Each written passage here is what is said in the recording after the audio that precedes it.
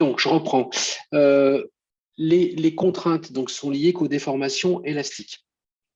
Ce qu'on a fait jusqu'à présent, c'est qu'on n'a jamais présenté le tenseur de déformation. Le tenseur de déformation, on l'a écrit comme ça.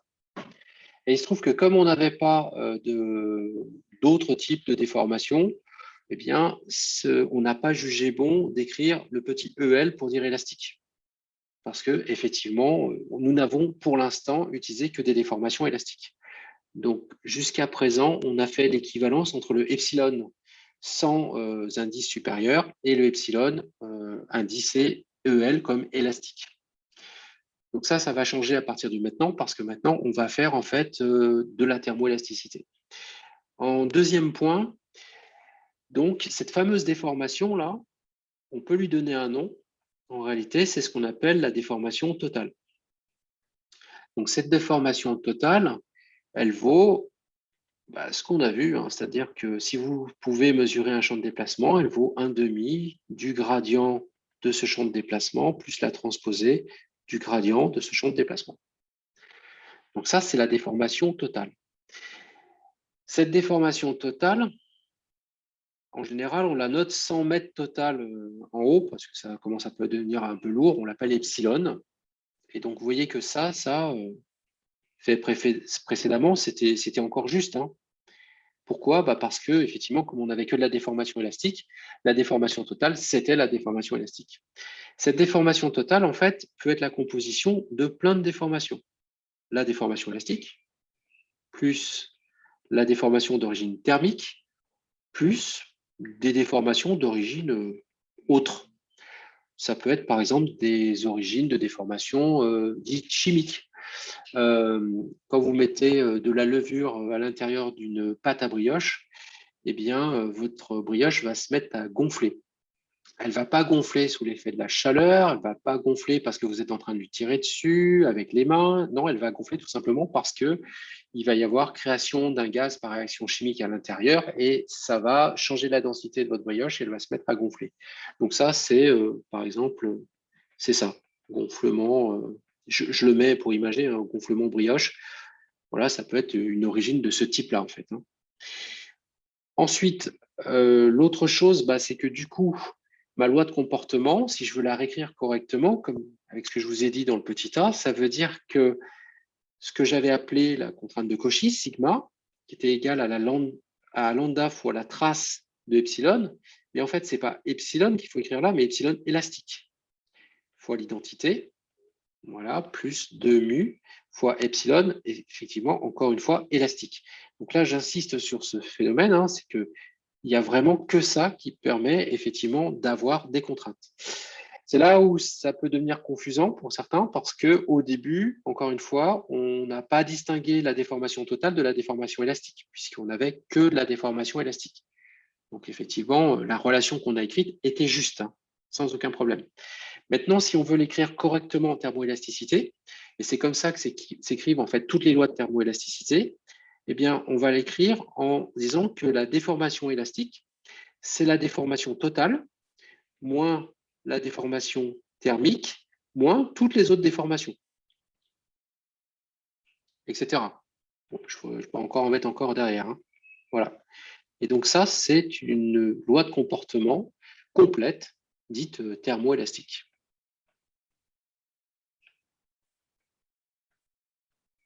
N'hésitez pas si vous avez des questions sur ce petit rappel-là.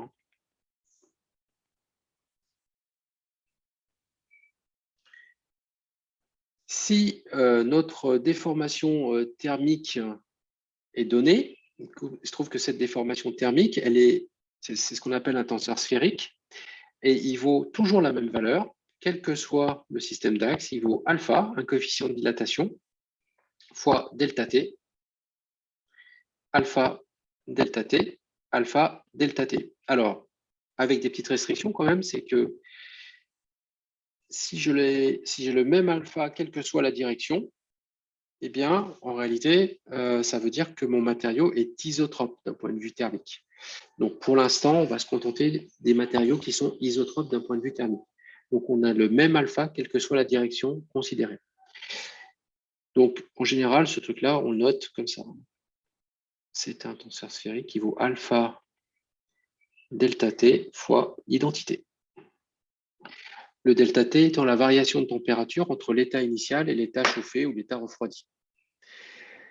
Si vous appliquez ça, donc la relation que j'ai mise ici, là, voilà, cette relation étoile, là, et que vous insérez dans cette relation étoile ça, et que vous ne considériez, vous allez considérer, pardon, que la déformation, qu'il n'existe que la déformation thermique en plus de la déformation élastique.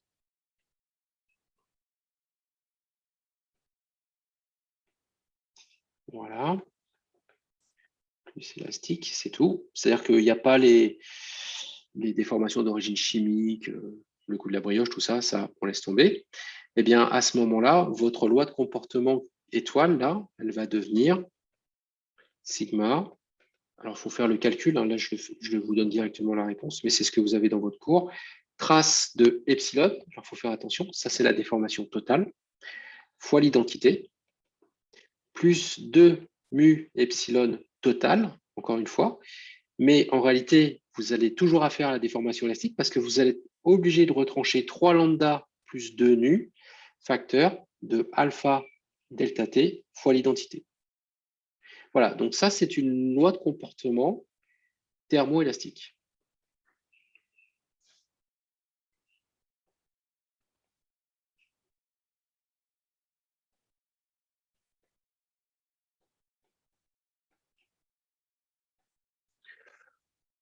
Et pour Alors, faire oui, la vas-y, je déformation t'écoute. élastique, on est obligé de passer par la thermique et la totale. Il y a pas là, on sait par exemple la totale, c'est gradient de U.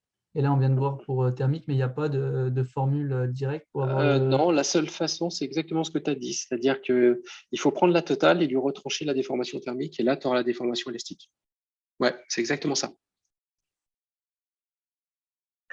En fait, en général, si on reprend notre frise, tu as le déplacement qui est donné.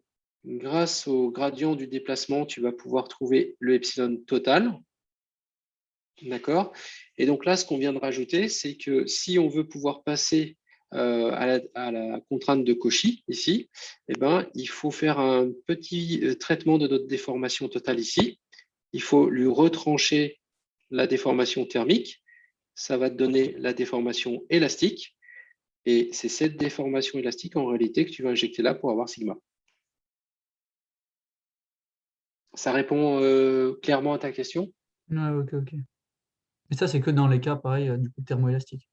Oui, c'est ça. Bon, pour l'instant, vous allez faire que ça. Hein. Dans cette année-là, vous ferez que des cas thermoélastiques simples, on va dire, de ce type-là. Et vous aurez, enfin, à ma connaissance, sauf si vraiment la personne veut s'exciter sur le DS, mais je pense que vous aurez que de ce genre de choses-là. Vous n'aurez pas de déformation exotique, on va dire. D'autres questions? Donc ça, Donc, ce c'était... qui influe sur les Oui, valeurs qui sont dans sigma, c'est seulement epsilon élastique. tout à fait. Il n'y a strictement rien d'autre. Alors, Epsilon thermique qui c'est... peut être aussi grand qu'il veut, ça va rien changer. Comment? Je n'ai pas compris. Epsilon thermique qui peut être aussi grand qu'il veut, ça va rien changer au contraire alors. Non, alors, à tel point que, imaginons, tiens, on va prendre un exemple. Ici, on va faire un tout petit exemple. Tu prends un barreau, hop, tu le poses sur une table et tu fais chauffer le barreau. Donc lui, on va lui mettre un delta T. Il est donc totalement libre. Hein. Il est totalement libre. Donc, ici, la déformation totale, tu vas pouvoir la mesurer. Et comme tu n'as pas de contrainte, tu n'as rien du tout, ça veut dire que ta déformation élastique, en fait, elle est nulle. Donc, qu'est-ce que ça veut dire? Ça veut dire que ton epsilon total, bon, je réécris encore une fois comme ça, puis après j'arrêterai, hein, parce que vous comprendrez vite que quand il n'y a rien de marqué, ça veut dire que c'est la totale. Eh bien, lui, tu vas pouvoir le mesurer parce que c'est 1,5 du gradient de U plus transposé du gradient de U. Bon, parfait. Mais en plus de ça, comme tu connais la déformation thermique, puisque tu as en fait un delta T, donc tu vas avoir delta T fois identité, eh bien, du coup, avec la relation où est-ce que je les mets? Là, ici, avec cette relation-là, eh ben, tu vas en déduire que epsilon élastique égale le tenseur nul. puisqu'en fait, tu vas mesurer expérimentalement qu'effectivement, ta déformation totale est totalement due à la déformation thermique. Il n'y aura rien de plus. Donc, du coup, epsilon élastique va être nul. Donc, ça va entraîner que le tenseur des contraintes dans ta barre est nul. Et effectivement, c'est ce qui se passe. C'est-à-dire que lorsque tu chauffes n'importe quelle pièce de manière homogène, hein, il s'entend, le delta T il est sur toute la pièce, eh bien, ça ne génère aucune contrainte. Ok, Ça, merci. au début, ça peut être un peu contre-intuitif, mais en fait, on s'y fait très vite. Hein, parce que en réalité, c'est bien ce qui se passe. L'exercice qu'on va voir maintenant, bah, c'est tout l'inverse de ce truc-là. C'est-à-dire que le barreau, on va bien le chauffer, mais il n'est pas du tout libre. Il ne peut pas se dilater suivant son axe. Donc, suivant EZ par rapport à l'énoncé, là, il ne peut pas se dilater. Donc, du coup, on va voir ce qui se passe. OK. Donc, on y va. Les données du problème. Alors, on a un cylindre, une certaine hauteur, voilà, comme ça. Ce cylindre, donc, on a un système d'axes. Ça, c'est ce qu'on a appelé EZ. Il faut que je me force. Voilà, mettre les petites barres dessous. Ça, c'est la surface supérieure. Elle est bloquée, en fait, hein, cette surface supérieure. Donc, concrètement, ça veut dire qu'on a une condition de Dirichlet du style UZ alors, je ne sais pas où j'ai pris mon repère, je crois que l'origine, je l'ai pris là, sur ce centre-là. Voilà. Donc, ça, c'est mon O. Donc, ici, si mon cylindre fait L de haut, là, comme ça veut dire que UZ de L est égal à 0. Hein. Voilà. On va aussi bloquer de l'autre côté. Donc, ça veut dire qu'on aura aussi UZ de 0 est égal à 0. Donc, on a deux contraintes de Dirichlet là, qui sont sur le point O et le point A qui est là, si je l'appelle A, celui-ci. Ensuite, ce qu'on connaît, c'est que sur cette face latérale, ici, SL, eh bien, on a ce qu'on appelle une surface libre. Donc, TD égale à 0. C'est une surface libre. Voilà. La face inférieure, donc, comme je l'ai dit, donc la face inférieure, elle est également bloquée.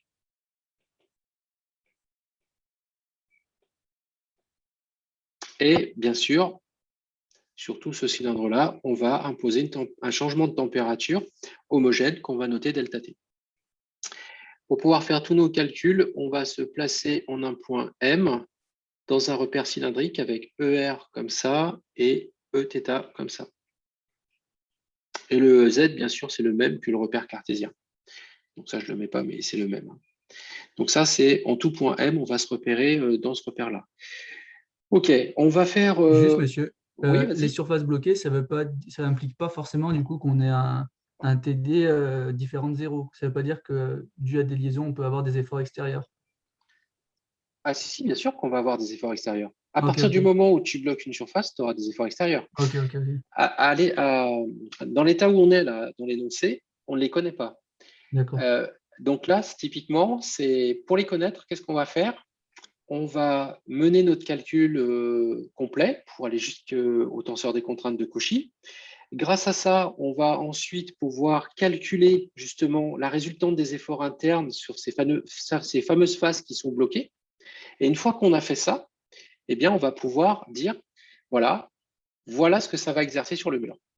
Et donc, le mur sur lequel c'est bloqué, lui, il aura une résultante externe qui vaudra ce qu'on a trouvé. Et on saura si le mur va casser ou pas, d'ailleurs, grâce à ça. Ça répond bien à ta question? Ouais, ok, merci. Ça marche. Alors moi, par rapport à l'énoncé, parce que ce problème, on peut le complexifier un petit peu à souhait, donc on ne va pas trop le complexifier, je vais faire des hypothèses. La première hypothèse que je vais faire, c'est la numéro 1, là, c'est je vais considérer que la déformation est homogène suivant Z. Donc, ce qui veut dire en clair, hein, ça veut dire que mon déplacement ne dépendra pas de Z. Le déplacement de mon point M ne va pas dépendre de la cote Z.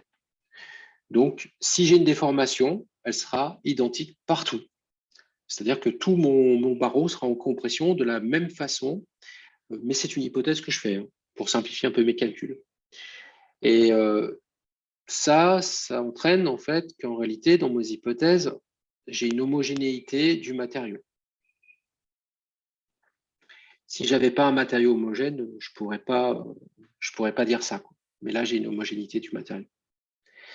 Donc, je fais l'hypothèse d'homogénéité du matériau.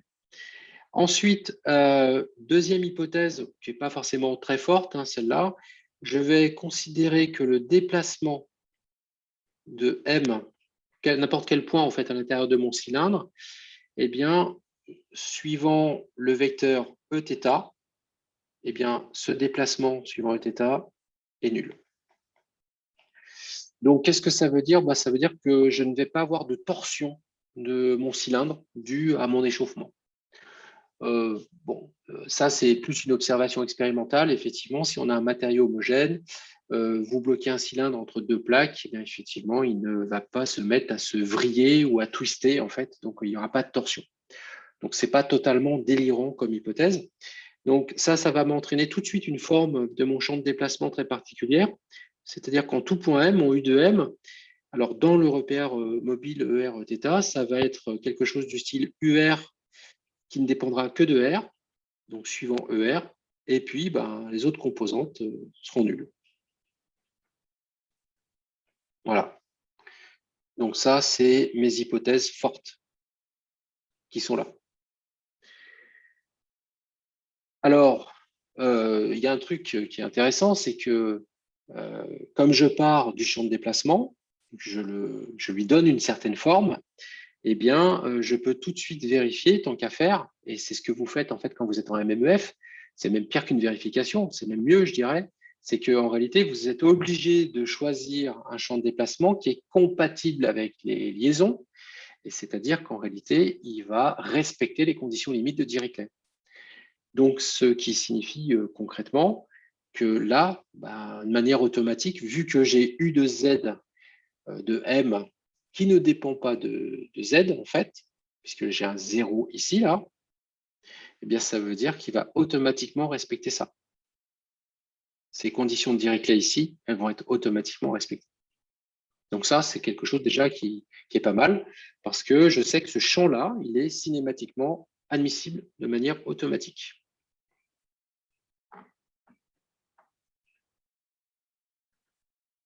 Alors, je vous rappelle, hein, en mécanique des milieux continus, quand on parle de cinématiquement admissible, c'est exactement la même chose que quand on dit en MMEF, on choisit l'espace vectoriel des solutions tel que la fonction respecte les conditions limites de Dirichlet. Ça veut dire strictement la même chose.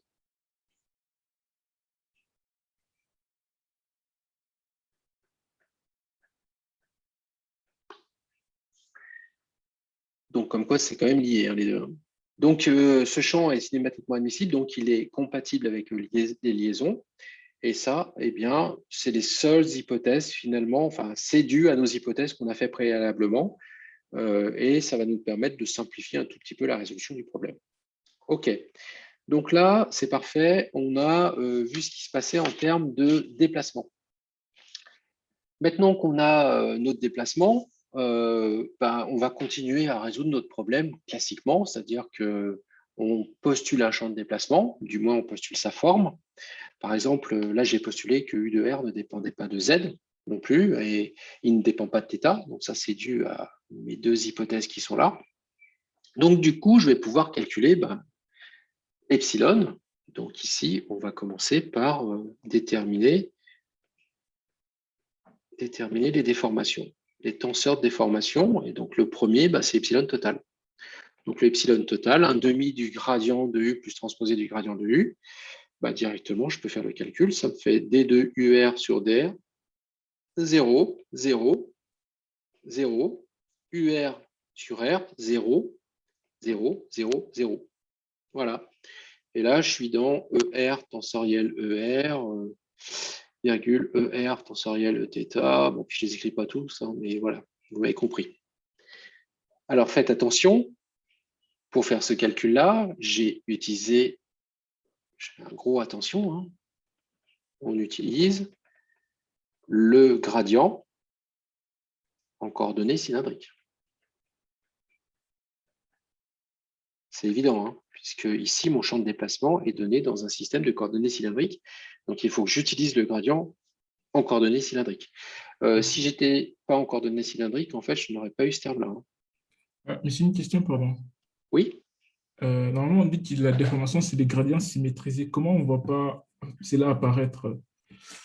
C'est pas... Bah, il est symétrique, mon gradient, là. Enfin, epsilon, il est symétrique, là.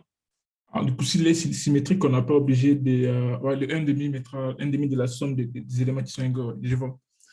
C'est-à-dire que ici, c'est très simple. Donc, effectivement, le 1,5 se compense avec le 2 fois des 2 C'est deux UR fois sur les mêmes DR. éléments. Ouais. Ouais, tout à fait. C'est pour ça. Mais il est bien symétrique, là. Il n'y a pas de problème. Hein. OK?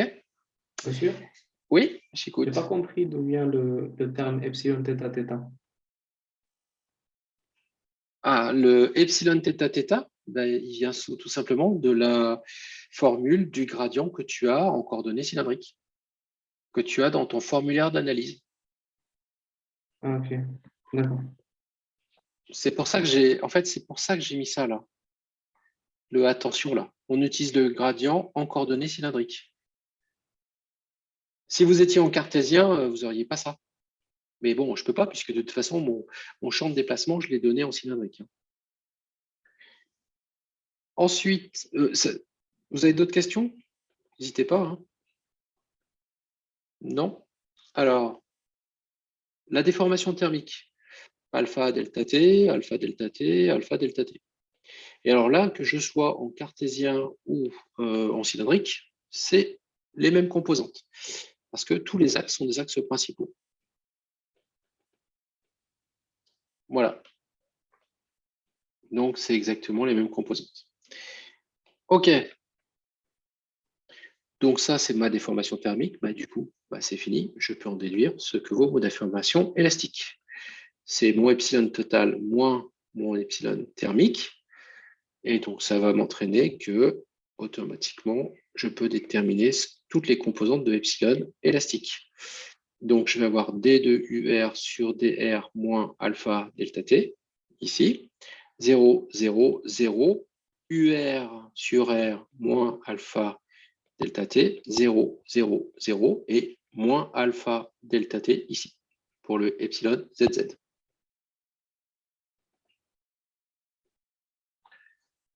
Donc ça, jusque-là, tout va bien. OK. Alors, maintenant, on va regarder notre tenseur des contraintes. Alors, le tenseur des contraintes,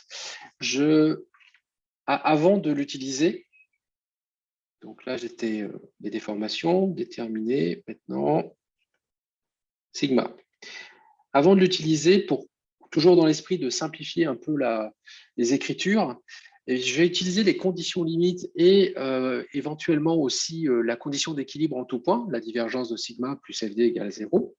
Je vais utiliser ça pour voir si je n'ai pas par hasard des composantes qui sont nulles dans mon tenseur des contraintes de manière imposée à cause des conditions de Neumann. Donc, pour l'instant, je ne peux rien supposer, donc je vais considérer que mon tenseur des contraintes dans mon repère cylindrique, il est complet. Donc, il s'écrit sigma RR, sigma Rθ, sigma RZ, sigma θ θ et sigma ZZ et sigma θZ. Bon, il est symétrique, bien sûr. Hein. Donc, il est symétrique. Donc là, je suis dans ER, tensoriel ER, etc. OK. Et je veux que ce tenseur, bien sûr, on veut que sigma soit statiquement admissible. Donc, je vous répète, hein, cette phrase qu'on aime beaucoup dans cette matière, statiquement admissible, ça veut dire qu'il respecte en fait les conditions d'équilibre à la fois dans tout le volume, divergence sigma plus FD égale 0, et les conditions d'équilibre sur toutes les surfaces externes du solide. Donc, voilà, si on veut ça, il faut que d'abord, on ait ça, sur SL, par exemple, entre autres. Hein. Ça va nous donner des conditions, parce que c'est une surface libre. Et forcément, on veut que la divergence de sigma, alors ici, on ne l'a pas dit, mais en réalité, il faudrait le rajouter dans l'énoncé, on néglige le poids propre. On ne vous parle jamais, en fait, de masse volumique, de choses comme ça, donc ça veut dire qu'on néglige le poids propre. Donc, on n'a pas de FD, donc on a simplement la divergence de sigma doit être égale à 0 sur tout le volume. Alors ça, la divergence de sigma égale à 0 sur tout le volume, eh bien, effectivement, on va voir que ce n'est pas forcément respecté cette fois-ci parce qu'on est en coordonnées cylindriques. D'habitude, si on avait été en coordonnées cartésiennes, je vous aurais dit, bah, étant donné qu'on a pris sigma homogène partout, bon, bah, pas de problème, on va voir ce qui se passe, mais ça va être automatiquement vérifié. Là, ce n'est pas le cas. Ce n'est pas le cas, donc ici, il faut qu'on mène le calcul jusqu'au bout. Alors, on va considérer déjà la première proposition. Donc, on part de 1, en fait, de la proposition 1, et on vérifie ce qui se passe. Donc, sur notre face latérale, en fait, on a n qui est égal à ER. Donc, en réalité, il faut que sigma, une fois contracté à ER, soit égal à 0, quel que soit le point M appartenant à la surface SL, la surface latérale. Si vous faites le calcul, ça va vous entraîner obligatoirement que sigma RR doit être égal à sigma Rθ, qui doit être égal à sigma Rz, et tout ça, ça doit être nul. Ça, c'est cette équation d'équilibre qui vous l'impose. Donc, du coup, ça entraîne que votre tenseur des contraintes, ben, en fait, il a beaucoup de zéros. Il a un zéro là, hop, hop, hop, tout ça, ça vaut 0. Et il ne vous reste plus que sigma θθ, sigma θz, le même ici, et sigma zz. On a déjà plus que 3 composantes. On va utiliser maintenant l'équation 2. L'équation 2 nous dit que la divergence de sigma est égale à 0. Si vous calculez, alors attention, il faut calculer la divergence de sigma en coordonnées cylindriques, ben vous allez voir que grâce au chapelet de 0 qu'on a trouvé juste avant, vous faites le calcul, vous allez trouver que la divergence ne vaut que sigma RR moins sigma θθ sur R, et elle est uniquement portée par ER. Je vous rappelle que la divergence de sigma, c'est un vecteur, et elle est uniquement portée par ER. Ça, vous le montrez, hein, ce calcul-là, il est très vite fait. Et il est ici tout simplement du formulaire d'analyse que vous avez, en coordonnées cylindriques, toujours, bien sûr. C'est la divergence, je le remets, hein, faites gaffe, hein, divergence en coordonnées cylindriques, à calculer.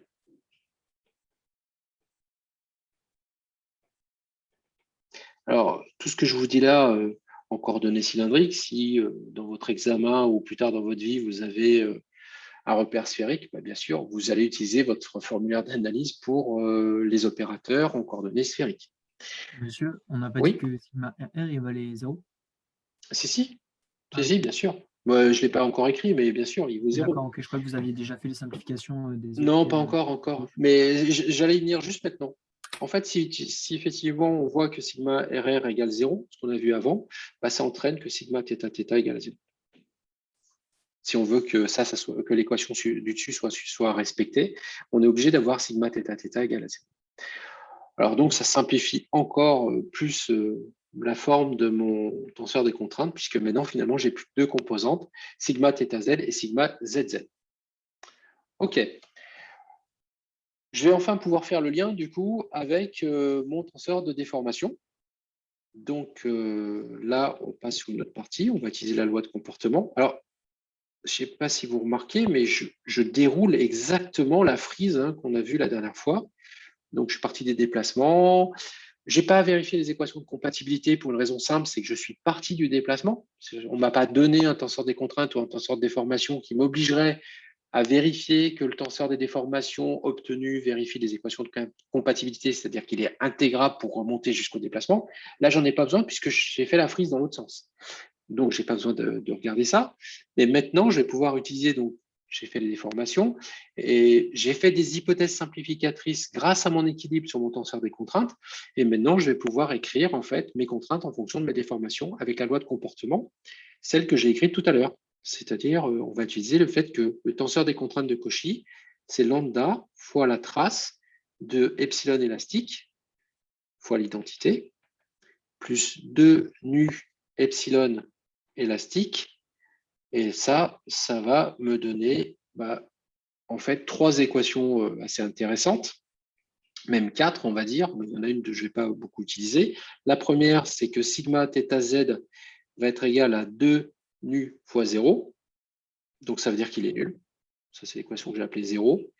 Ensuite, on va avoir une équation en sigma RR qui va nous dire que lambda fois la trace, alors la trace ici, c'est D2UR sur DR plus UR sur R moins 3 alpha delta T, plus 2 nu D2UR sur DR moins alpha delta T.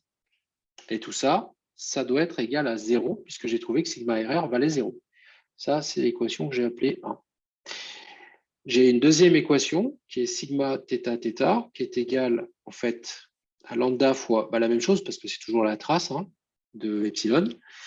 Mais cette fois-ci, ce qui va changer, c'est les 2 mu facteurs de non plus d2UR sur dr, mais UR sur R moins alpha delta T. Et ça, j'ai vu tout à l'heure que ça valait 0. Deuxième équation. Troisième équation, j'ai sigma ZZ qui est égal à lambda fois la même chose, c'est-à-dire cette fameuse trace qui est juste au-dessus, plus 2 mu facteur de, alors ça c'était fois epsilon ZZ, donc moins alpha delta T. Et là, pour le coup, je ne sais pas à quoi c'est égal. Donc voilà, j'ai ici donc 1, 2, 3 équations, et puis celle-ci, effectivement, me permet de dire que sigma θz est égal à 0. C'était le... Donc du coup, finalement, mon seul terme inconnu, ça devient sigma zz. À partir de maintenant, ce n'est plus que des maths, on va dire. Donc, on va simplifier tout ça. On va résoudre. En fait, on a un système linéaire. Donc, on fait 2 moins 1. Ça va donner 0 plus 2 mu facteur de UR sur R moins alpha delta T moins 2 mu facteur de D de UR sur DR moins alpha delta T. Et ça doit être égal à 0. Ça, c'est ce que va nous donner donc 2 moins 1. Et ça, du coup, à la fin, vous allez simplifier, vous allez tomber sur une équation différentielle ordinaire qui est UR sur R moins D de UR sur DR est égal à 0. Donc, c'est une équation différentielle ordinaire. Et ça, vous connaissez normalement la solution. Ça veut dire que UR est égal à K fois une constante, donc fois R. K étant un réel. Donc, automatiquement, déjà, vous connaissez la forme de UR.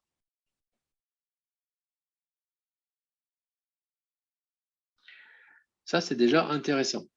Ensuite, oui? La dernière fois, vous avez dit que lorsqu'on va intégrer, vous ne savez pas ou vous ne pouvez pas assurer que le champ de déplacement il était continu, non? Non, là, je suis parti du champ de déplacement. Mhm. Donc, je n'ai pas à vérifier les équations de compatibilité. Je sais qu'il est obligatoirement intégrable puisque j'ai écrit tout mon problème en partant de la forme du champ de déplacement et j'ai utilisé le gradient de ce déplacement pour avoir epsilon, donc il est forcément intégrable. OK. Et si on répartit par exemple de sigma? Ah ben là, par contre, si tu pars de sigma, et à ce moment-là, là, c'est plus pareil du tout. Si tu pars de sigma, ça veut dire qu'ensuite, il faut remonter à epsilon, et ensuite, il faut que epsilon vérifie les équations de compatibilité pour être intégrable et donner un champ de déplacement continu. OK, ça marche. Ça dépend dans quel sens tu es en train de résoudre ton problème. Mais là, on l'a résolu dans le sens où on n'a pas à vérifier les équations de compatibilité. Ça répond bien à ta question? Oui, tout à fait. Merci. OK. Donc ici, maintenant, j'ai juste à utiliser l'autre partie de mon système, donc 3 moins 1. Donc ça, 3 moins 1, ça va me donner la valeur de sigma zz, en fait. Donc je vais trouver que sigma zz, ça va valoir, en fait, moins 2 nu, donc le module de cisaillement transversal, la dérivée de UR par rapport à R, et ça, c'est égal, donc, si je reprends l'équation que j'ai juste au-dessus, à moins 2 nu fois ma constante K. Voilà, donc ça, c'est aussi un résultat intéressant, puisque ça va me permettre donc de trouver sigma zz. Et si j'ai sigma zz, je vais pouvoir calculer ma résultante des efforts internes sur ma face latérale qui est collée contre le mur, sur les deux faces d'ailleurs, et je vais pouvoir en déduire l'effort en fait qui est appliqué sur ces murs. Alors ça, cette équation-là, donc c'était l'équation que j'avais notée, je ne l'ai pas notée d'ailleurs, je vais la noter 4 en fait, celle-là, voilà, c'est ma 4e équation que j'ai là. Cette 4e équation, pour l'instant, je ne peux pas aller plus loin. Par contre, il y a quelque chose que je peux faire. Je peux regarder dans le détail ce que vaut epsilon ZZ. Epsilon ZZ, on a dit qu'il était égal à 0, mais il est égal à epsilon ZZ élastique plus le epsilon ZZ thermique. Ma déformation totale, c'est ma déformation élastique plus ma déformation thermique. Or, je connais le epsilon ZZ thermique. Il vaut alpha delta T. Donc, ça veut dire que mon epsilon ZZ élastique, il vaut moins alpha delta T. Si j'utilise ma loi de comportement entre sigma et epsilon, mais dans l'autre sens, c'est-à-dire la relation de Hooke, eh bien, loi de Hooke. Alors, attention, ça va aller vite là. Hein. Il faut faire le calcul complètement, mais vous allez voir qu'il va rester plus qu'un seul terme. Il va juste rester sigma ZZ par 1 sur E égale epsilon ZZ élastique. Que ça. Donc ça va vous entraîner que sigma ZZ est égal à E, le module de Young, fois epsilon ZZ élastique. Donc très, très important. Et donc là, on identifie ce résultat-là à l'équation 4, qui est juste au-dessus. Donc si on identifie, ça veut dire que E fois epsilon ZZ élastique est égal à non, attendez. Oui, enfin, on va l'écrire comme ça, est égal à moins 2 mu fois K, mais le epsilon ZZ, il vaut moins alpha delta T.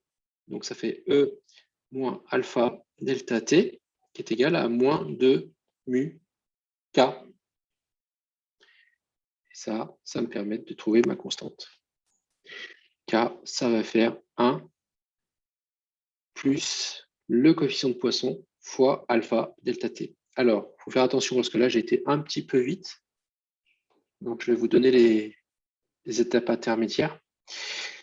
Vous voyez qu'en réalité, j'ai ici deux coefficients matériaux, E et nu. Oui, mais en fait, je sais qu'il existe une relation entre les deux. La relation qui existe entre les deux, c'est que nu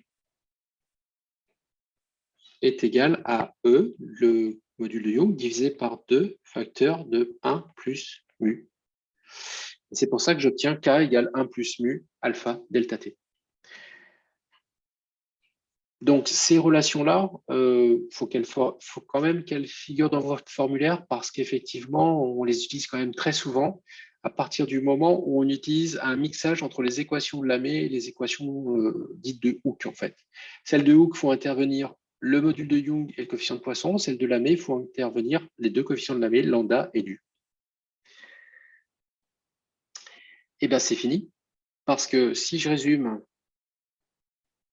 maintenant que je viens de trouver K, ça veut dire que mon champ de déplacement U total, c'est 1 plus mu alpha delta T fois R. Donc, il est variable en R et il est porté par ER. Du coup, mon tenseur de déformation élastique, eh bien, c'est le coefficient de Poisson alpha delta T, coefficient de Poisson alpha delta T et moins alpha delta T. Tout le reste est nul. Donc, vous voyez qu'en plus, donc, je suis encore une fois dans les axes principaux. Ma déformation totale, que j'ai appelée epsilon ici, elle vaut 1 plus mu alpha delta T, 1 plus mu alpha delta T et 0. Ça, c'est ma déformation totale. Et si vous vérifiez au passage que je respecte bien mes conditions limites, hein, je n'ai pas de déformation donc suivant Z, parce que mes déplacements sont complètement empêchés, effectivement, suivant Z. Et pour terminer, que vaut sigma? Donc, on avait vu que finalement, tous les termes étaient nuls, sauf un seul, qui était sigma ZZ. Et donc, sigma, il vaut moins alpha, pardon, delta T fois E.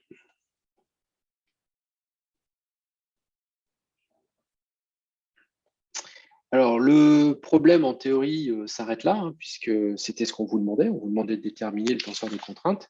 Ce qui aurait été intéressant, c'est de vous demander la résultante des efforts internes sur, par exemple, la surface supérieure. Donc là, c'est assez vite vu. Si vous écrivez cette résultante sur cette face supérieure, c'est égal à l'intégrale sur cette surface de, finalement, sigma, une fois contracté à EZ, ds. Vous voyez que ici, en fait, mon tenseur sigma ne dépendant pas de Z, bah, j'obtiens directement, en fait, ça c'est égal à S, ma surface, fois moins alpha delta T E. C'est fini. Voilà, et ça c'est ma résultante des efforts internes. Donc, ce que le mur en effort de réaction fait sur ma pièce, c'est Rx qui vaut cette valeur-là. Puisque la résultante des efforts internes est égale à la résultante des efforts externes. C'est ce qui fait que ma surface supérieure est en équilibre. Je vais trouver au signe près la même chose sur la face inférieure.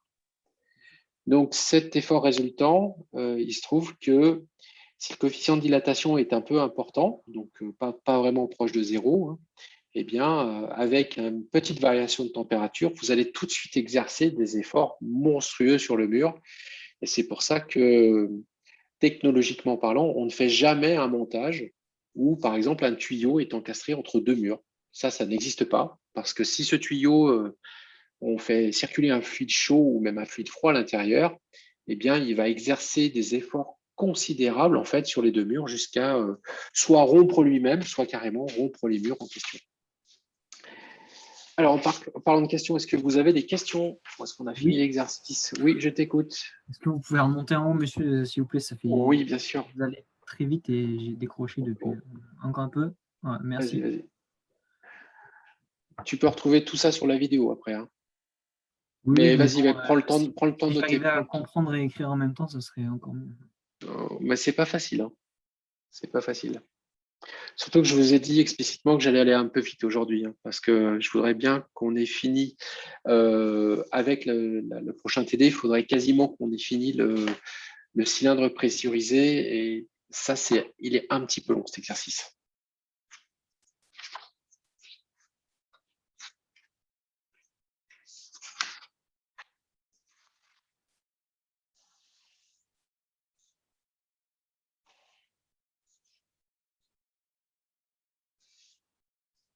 Tu me dis si tu veux que je rebaisse.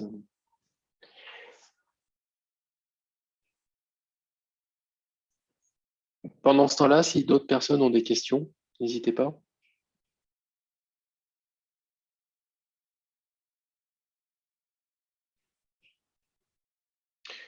Je crois que vous avez déjà fait de la proposition, mais vous allez bientôt être en examen. Vous allez avoir droit à un formulaire, donc n'hésitez pas si vous avez un doute sur votre formulaire, bah, vous me l'envoyez en PDF et éventuellement je vous dis qu'il est OK ou éventuellement qu'il manque des choses. Donc, je vous avais déjà fait cette proposition, donc il ne faut surtout pas hésiter. Est-ce que je peux passer à la suite?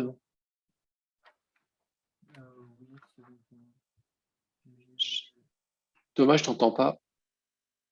Oui, c'est bon, mais Dis-moi. Enfin, ouais. Je comprends plus pourquoi. Au début, je comprends quand on se lance dans les calculs, à la fin, je comprends même pas. En fait, K, ok, c'est une constante. Et c'est la constante pour que ce soit statiquement admissible, c'est ça? Il faut que K vaille ça? Non, c'est pas tout à fait ça. En fait, c'est un long processus, effectivement. K, la première fois qu'on l'a vu apparaître, il était. Où est-ce qu'il était? Il était là. Hop. Il était là, en fait. La première fois qu'on l'a vu apparaître, il était là. Pardon. Il était ici. D'accord? Et donc, lui, ce cas-là, bah, il résultait de tout, en fait. Il résultait des équilibres qu'on a eu pour sigma, de la forme du champ de déplacement, de tout ça, quoi. Simplement, c'est la constante qui sert à déterminer la composante UR de notre déplacement, qui est la seule composante non nulle dans notre hypothèse. Et donc, le but, c'était bien de tout déterminer. Une fois que tu as déterminé K, ça veut dire que tu connais exactement la forme de UR et tu connais du coup exactement la forme de epsilon élastique et du coup de epsilon total et du coup la forme de sigma. C'est pour ça que dans le résumé, j'ai remplacé K partout où il intervenait. Et du coup, voilà, je tiens ça. C'est bon? Oui. Mais je suis d'accord avec toi, hein, c'est pas si facile que ça, hein. Il faut le reprendre à tête reposée, cet exercice, hein. Là, j'étais un peu vite, il faut le reprendre un peu plus sereinement après. Ok, ça marche. Et juste, Allez, si on ne prenait oui. pas le repère cylindrique, là, on n'aurait pas pu on aurait eu du mal ou c'était même impossible en coordonnées cartésiennes? Oh, alors là, non, ça aurait été pareil. Ok. Ça aurait été pareil, ça n'aurait strictement rien changé, en fait. À quelque chose près, non, ça n'aurait pas changé grand-chose. Après, c'est un peu plus compliqué parce qu'on peut avoir des effets un peu bizarres quand on a des sections qui ne sont pas cylindriques. Mais ce qu'on a de bizarre, c'est essentiellement quand on a de la torsion. Donc, dans ce cas-là, ça n'aurait rien changé. Effectivement. Ok. Vous auriez retrouvé la même chose. C'est un petit peu plus compliqué. C'est un petit peu plus compliqué, mais guère plus, en fait. Mais il faut faire une hypothèse supplémentaire. Il faut faire l'hypothèse mais on l'a déjà faite en réalité, que le matériau est homogène dans toutes les directions. Et donc, du coup, ça veut dire que tu vas avoir la direction E1 et la direction E2 qui vont voir la même déformation, par exemple. Voilà. Mais oui, ça revient exactement au même. D'ailleurs, vous pouvez le refaire en fait en prenant non plus un cylindre, mais une barre de section rectangulaire. Il n'y a aucun problème là-dessus.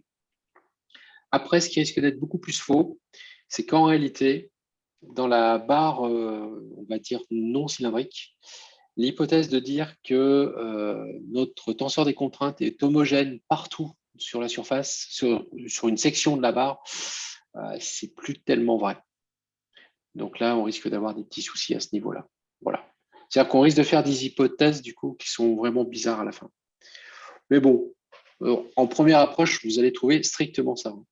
D'ailleurs, si vous aviez résolu le problème de façon 1D, vous auriez trouvé ça direct.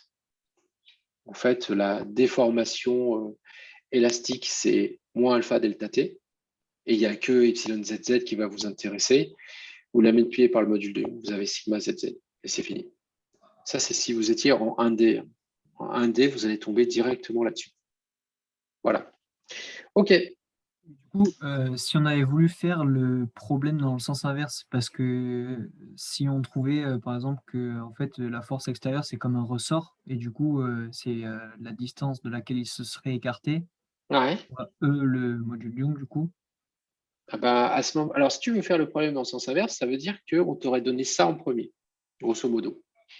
Parce que ça, c'est ce que tu es en train de me dire. On a un ressort, machin, on considère que le cylindre est un ressort en compression, en fait, hein, et tu reconnais ici le tenseur des contraintes qu'on a sur un cylindre en compression, ou même n'importe quoi en compression. Ce tenseur-là, tu le reconnais. Hein? Je t'entends pas bien. Oui, j'ai un problème. Voilà, d'accord. Donc, on le reconnaît. Et après, bah, tu aurais fait tout le chemin inverse. Avec la loi de comportement, tu serais remonté là. D'accord. Ensuite, tu serais remonté. Alors, attention, en remontant. Pardon, tu ne serais pas remonté là, tu serais remonté là. Après, grâce à la déformation thermique, tu aurais pu arriver jusqu'à la déformation totale. Et là, il aurait fallu que tu montres que ce tenseur de déformation respecte bien les équations de compatibilité. Et une fois que tu as montré qu'il respectait bien les équations de compatibilité, tu aurais pu l'intégrer et tu aurais retrouvé ça. Voilà. Oui, bien sûr. De toute façon, les problèmes, d'un point de vue purement pédagogique, on peut toujours les faire dans un sens ou dans l'autre. Hein. Aucun souci. C'est d'ailleurs ce qu'on n'a pas arrêté de faire, en fait. Hein. Soit on le fait dans un sens, soit on le fait dans l'autre. Typiquement, le problème du barrage, pardon, on l'a fait dans le sens inverse. On a donné un tenseur des contraintes. Bon, après, on n'est pas remonté jusqu'au déplacement. On aurait pu, hein, mais typiquement, on est parti à l'envers. Ça répond bien à ta question? Oui, Ça marche. Eh bien, on passe donc à l'exercice d'après, qui est l'étude Je continue bien toujours sur le TD10, hein, on est bien tous d'accord.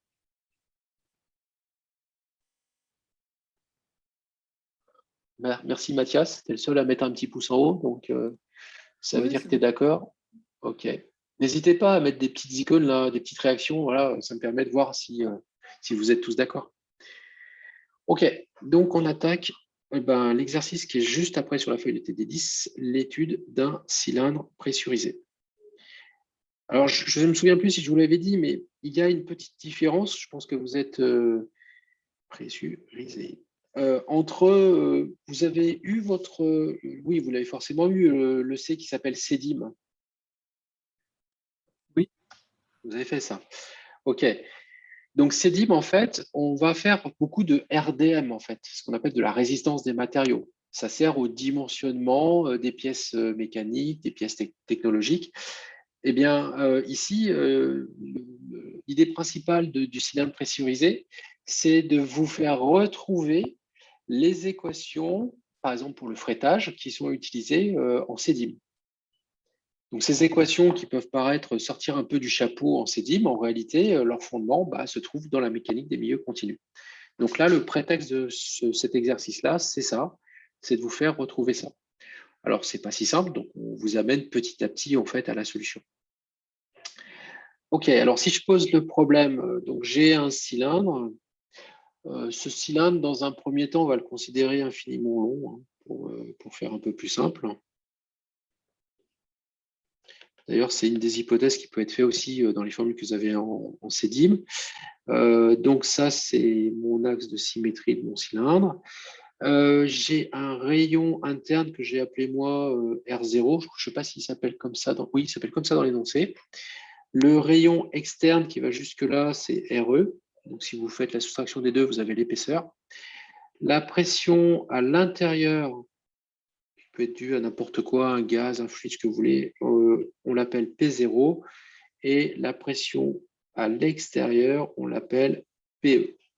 Voilà, ça, c'est la pression externe. Et P0, c'est ma pression interne. On a une hypothèse forte sur le champ de déplacement, mais qui est forte, mais qui n'est pas si ridicule que ça. Hein. C'est qu'il est fonction de UR, donc il n'est fonction que de R. Voilà. Alors d'ailleurs, il n'appelle même pas UR, il appelle U, en fait, cette partie-là, dans l'énoncé. Et il est porté par ER, c'est une fonction qui est portée par ER, plus une fonction portée par, qui ne dépend que de Z, qui est portée par Z. Remarquez bien qu'encore une fois, on n'a pas de Uθ, donc on n'a pas de twist en fait, de notre structure. Et la deuxième hypothèse qu'on vous fait, c'est qu'on ne prendra pas en compte les efforts volumiques à distance. Donc FD est égal à 0, ce qui veut dire qu'on néglige le poids propre dans notre problème. Ok, je ne vais pas forcément tout écrire la correction en suivant le schéma qui vous est donné, mais vous aurez toutes les réponses malgré tout aux questions qui sont posées. Alors, la première chose qu'on vous demande, c'est les équations de Lamé. Donc, on y va, l'équation de Lamé, et ça va faire un petit rappel sur ce que sont les équations de Lamé. Alors, il faut faire attention parce que moi, j'ai aussi appelé les équations de Lamé la loi de comportement qui donne epsilon en fonction de sigma. Je vous ai dit, ça c'est l'inverse de l'équation de Hooke, qui donne sigma en fonction d'epsilon. Enfin, ou je ne sais plus si c'est l'inverse, hein, peu importe. Là, les équations de Lamé, d'ailleurs, les Anglais, ils ne appellent pas comme ça, je me souviens plus comment ils les appellent. Celles-là, en fait, c'est celles que vous avez dans votre polycope. Elles sont issues des équations d'équilibre.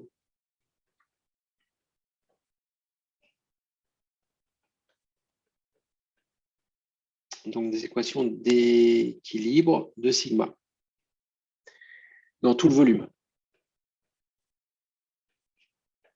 Donc, maintenant, vous êtes habitués, ça veut dire qu'elles sont issues de divergence sigma, ici, égale à 0, puisqu'on est en statique et que FD est égal à 0. Mais ce sigma-là, on va prendre cette équation-là, mais on va remplacer, en fait, tout en fonction de U. C'est-à-dire du champ de déplacement. Alors, comment on va faire ça? Grâce à la loi de comportement.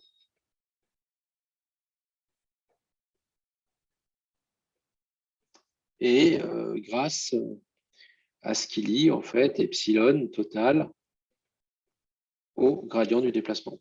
Voilà. Donc, ce sont les équations d'équilibre dans tout le volume, mais qui vont être traduites en déplacement. C'est ce que j'appelle, ouais, d'ailleurs, moi je ne les appelle pas comme ça, je les appelle les équations de Navier, mais bon, peu importe. Ces équations-là sont très importantes parce que ce sont celles qui sont utilisées pour écrire la formulation faible en déplacement. Ça, maintenant, vous savez ce que ça veut dire. Et c'est cette formulation faible en déplacement qu'on résout avec la méthode des éléments finis, c'est-à-dire ce que vous avez déjà vu donc, en MMEF. Alors, ici, si je veux calculer donc, mon tenseur de déformation totale, eh bien, je peux directement, alors là, on va réécrire finalement les équations de Lamé. Hein. On peut directement dire que epsilon, c'est un demi du gradient de U plus transposé du gradient de U. Et donc là, bon, on va retrouver quelque chose de très proche de tout à l'heure. Hein. C'est D de U sur dr, 0, 0, 0, U sur R, 0. Le seul terme qu'on va avoir en plus, bah, c'est parce que là, on n'a pas un déplacement négligé suivant Z, c'est dW sur dz. Attention, je suis dans un repère cylindrique, donc tout ça, je l'ai obtenu avec le gradient en repère cylindrique. On est bien d'accord. Hein. Donc ça, c'est ce que j'obtiens à partir de mon énoncé. Maintenant, pour pouvoir passer ça avec sigma, je vais passer par la loi de comportement, qui est toujours la même. Hein. C'est-à-dire que je vais dire que... Alors ici, pour l'instant, on n'a pas de thermique. Donc, je pourrais éviter de noter en fait le petit élastique en fait. Normalement, là, il faudrait que je le mette. Hein. Je peux le mettre d'ailleurs, ça ne mange pas de pain, mais je vais arrêter de le mettre parce que sinon, ça ne sert à rien, puisque ici, dans cette partie-là du problème, on n'a pas de partie thermique. OK. Donc, du coup, ben, j'ai plus qu'à écrire ce que vaut sigma RR finalement. Donc, sigma RR, dans ce cas-là, ça va me donner quoi? Ça va me donner lambda facteur de D2UR, D2U sur DR, ça c'est les résidus de l'exercice d'avant, sur DR plus U sur R plus DW sur DZ, ça c'est la trace en fait de ma déformation, plus 2 nu epsilon RR, c'est-à-dire D2U sur DR, voilà. Vous allez avoir sigma θ θ qui va être égal à lambda fois la même chose, c'est la même trace, mais cette fois-ci plus 2 nu U sur R. On retrouve les mêmes équations que tout à l'heure. Hein. Et sigma ZZ qui va être égal à lambda fois la trace plus 2 mu fois dW sur dz. Voilà. Ça ne sert à rien que je calcule epsilon rθ, epsilon rz, puisque je vais trouver qu'ils sont, dans ce cas-là. Alors, dans ce cas-là, qu'est-ce qui va se passer? Qu'ils sont nuls, en fait. Ils sont nuls parce qu'il ne faut pas oublier que le terme qui est en lambda fois la trace, il est fois l'identité. Donc, du coup, il n'intervient pas dans les termes croisés. OK, une fois que j'ai écrit ça, il faut que je calcule la divergence de sigma. Donc, la divergence de sigma, je l'égale à 0. Et cette divergence, en fait, qu'est-ce qu'elle vaut? Pareil, hein, formulaire de coordonnées cylindriques, je vais trouver d de sigma RR sur dr plus sigma RR moins sigma θ θ sur R, 0, et d de sigma ZZ sur dz, et le tout doit être égal au vecteur nul. Donc cette équation-là, je vais l'appeler l'équation numéro 1, et celle-ci, je vais l'appeler l'équation numéro 2.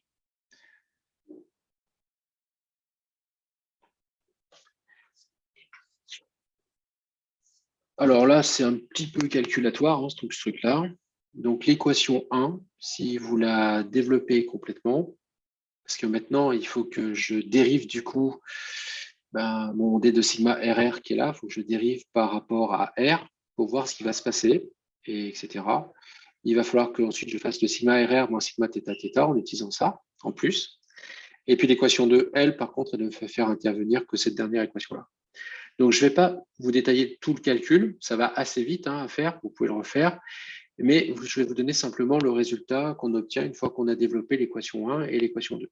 Alors, l'équation 1, ici, une fois que vous l'avez entièrement développée, vous allez tomber sur un résultat lambda plus 2 mu, facteur de la dérivée seconde de U par rapport à R, moins lambda plus 2 mu, facteur de U sur R carré, plus 1 sur R, facteur de lambda plus 2 nu, D2U sur DR, et le tout est égal à 0.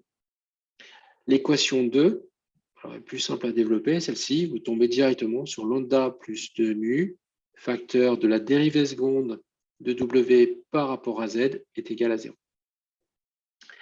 Donc finalement, on a deux équations différentielles, une fois que vous avez tout simplifié grâce ou égal à 0. Vous avez la première équation différentielle qui est la dérivée seconde de U par rapport à R moins U sur R carré plus 1 sur R D2U sur DR est égal à 0. Et la dérivée seconde de W par rapport à Z, cette fois-ci, est égale à 0. Donc, bon, c'est un peu malvenu, mais j'ai encore appelé ça 1 et 2, puisqu'en réalité, c'est toujours les mêmes équations 1 et 2. Hein. C'est toujours les mêmes, sauf que je les ai bien transformées. Donc, ces équations-là, en théorie, vous êtes censé, alors surtout la deuxième, vous êtes censé savoir la résoudre. La première, vous avez une équation différentielle de type Euler. Et la solution, en fait, pour la première, là, ici, là, vous avez une solution grâce à Euler qui vous dit que votre solution, elle est en U de R égale R exposant alpha. Donc, vous injectez ça à l'intérieur de cette équation différentielle. Vous allez tomber sur un système en alpha. Et quand vous allez le résoudre, vous allez trouver que alpha ne peut valoir que plus ou moins 1. Donc ça va vous entraîner après résolution que U de R est égal à une constante K1 sur R, ça c'est le alpha égale moins 1, R exposant moins 1, plus K2 fois R exposant 1, c'est-à-dire fois R. Voilà, vous tombez là-dessus. Et la deuxième, bon, la deuxième, ça va, c'est ce qu'on peut faire de plus simple. Vous avez quelque chose qui est en K3 fois Z plus K4. Voilà. Donc ça, effectivement, c'est ce qui va m'intéresser maintenant, ce système-là, et il va falloir que je trouve un moyen pour déterminer mes constantes.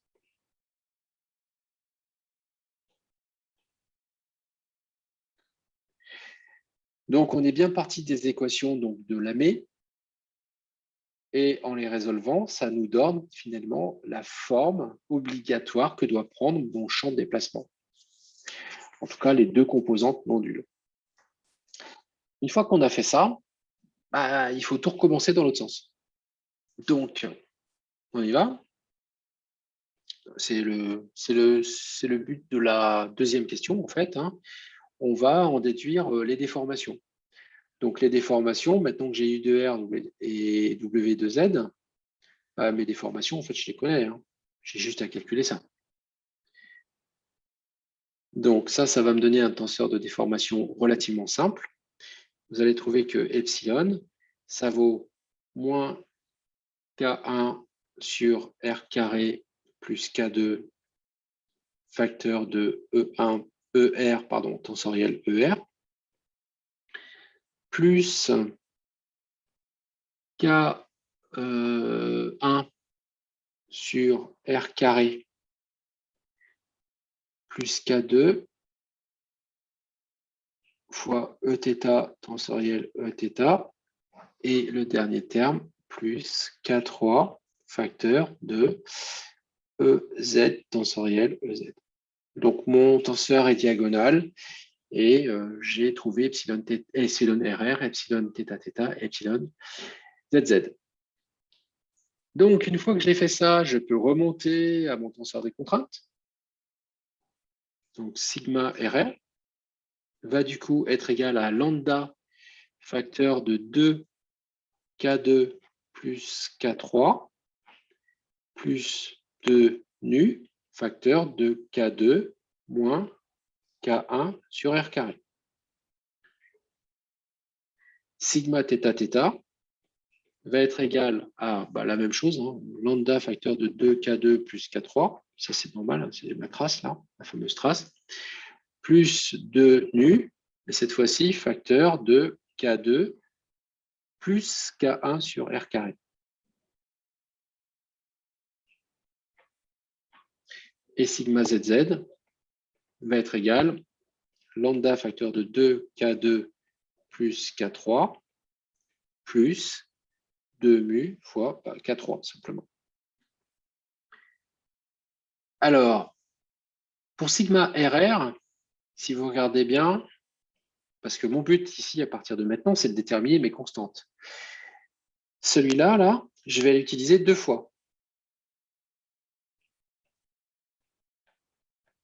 Alors, une fois pour R égale R, comment je l'appelais?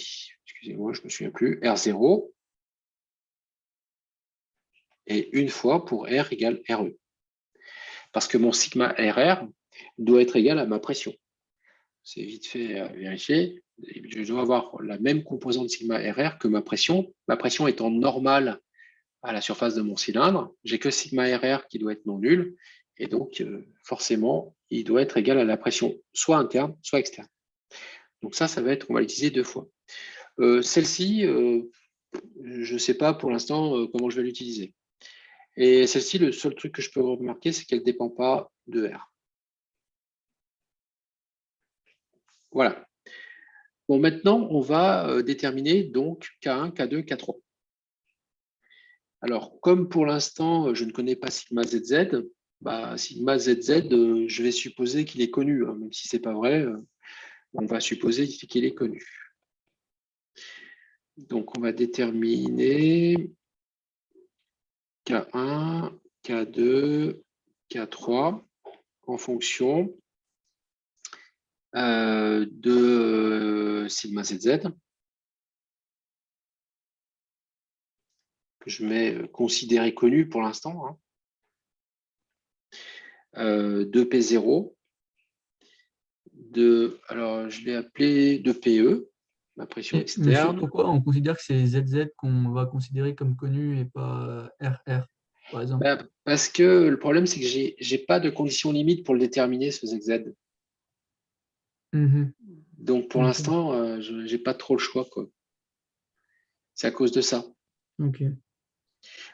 Si à la limite, je ne sais pas moi, mon cylindre, comme tout à l'heure, typiquement tout à l'heure, en réalité, mon cylindre, c'est comme si je l'avais bloqué entre 2 murs, là, j'aurais moyen de connaître sigma ZZ. Mais là, j'ai aucun moyen. Là. Tu vois, je le connaîtrais parce que je saurais que epsilon ZZ est égal à 0. Entre autres, ça veut dire que si epsilon ZZ est égal à 0, ça veut dire que K3, c'est connu automatiquement, il vaudrait 0. Mais là, je ne sais pas. Je ne sais pas ce qu'il vaut. Pour l'instant. Hein. Ça marche? Ok.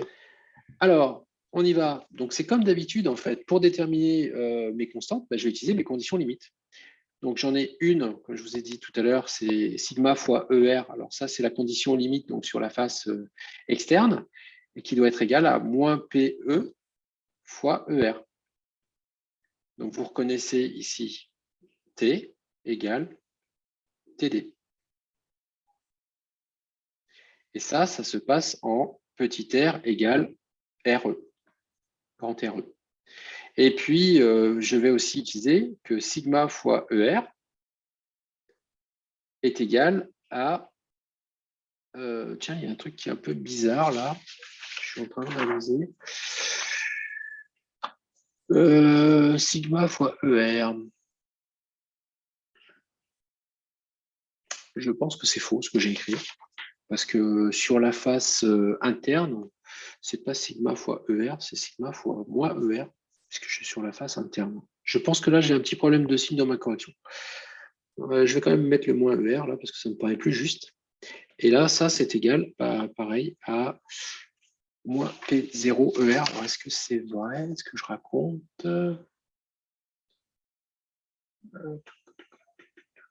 La normale est comme ça. Je crois que ça fait la même chose parce que en réalité, si je me suis aussi trompé de signe sur l'autre, ça doit faire plus P0ER. Donc ça revient au même en fait. C'est pour ça que ma correction est juste quand même. OK. En R égale R0. Voilà. Ça marche.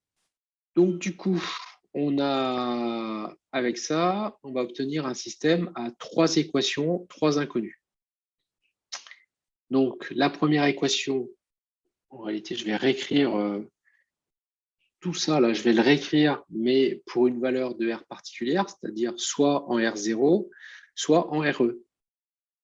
Et ma troisième équation, comme elle ne dépend pas de R, bah, je vais la réécrire telle qu'elle. Donc on y va.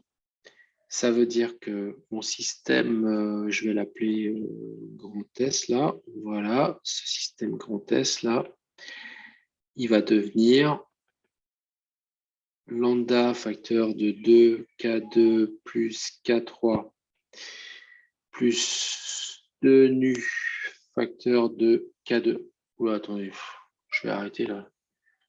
Je vais aller le chercher là. Ça sert à rien que je recopie tout ça là. Hop là.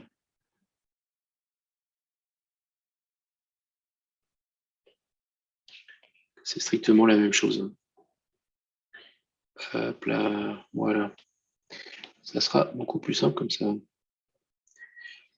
Et du coup, je vais le compléter simplement avec, ici, je vais avoir un plus P0. Et tout ça, ça doit être égal du coup à 0. Donc du coup, là, c'est plus sigma RR en fait. Voilà, c'est carrément mon système. Là, je suis en train d'écrire sigma fois n égale TD. Là, je vais avoir un plus PE à la place. Voilà. Et ici, je vais avoir un moins sigma ZZ, que je considère connu, est égal à 0. Voilà.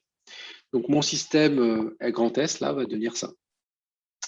Alors là, il n'y a rien d'immédiat. Hein, c'est même un petit peu long.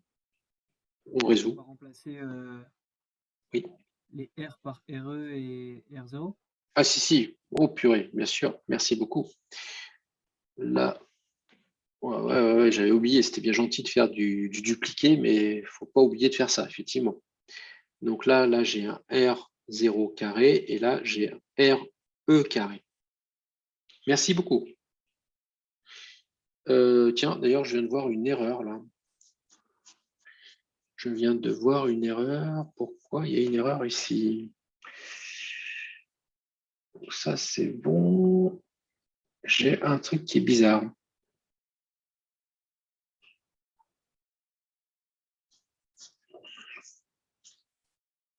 Non, mais c'est tout faux ce que j'ai écrit là. Oh là là. Je ne pouvais pas dupliquer aussi simplement. Hein.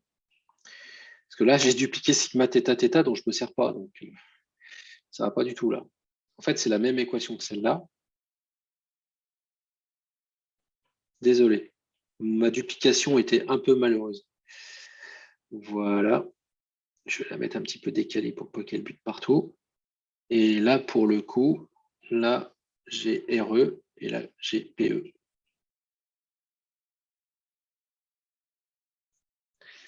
Ça va mieux. Ça va mieux. En fait, le problème, c'est que quand j'ai dupliqué là-haut, j'ai dupliqué sigma θ θ, alors que c'est quand même bien écrit là que c'est celle-ci que je duplique 2 fois pour avoir mon système à la fois en R0 et en RE. Vous voyez Là, on bien sait que c'est égal à 0 par rapport aux conditions. non, en fait, au départ, c'est égal à moins C'est égal à P0 P. Ok, ouais. d'accord. Et moins PE. Et du coup, c'est pour ça que ça fait un plus quand je passe de l'autre côté. En fait, j'écris ça. Hein.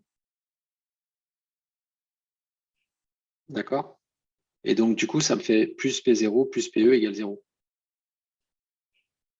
Ça va?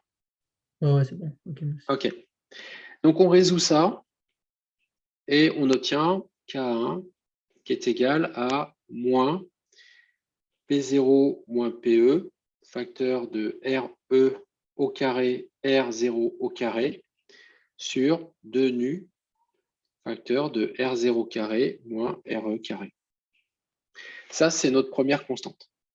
Très bien.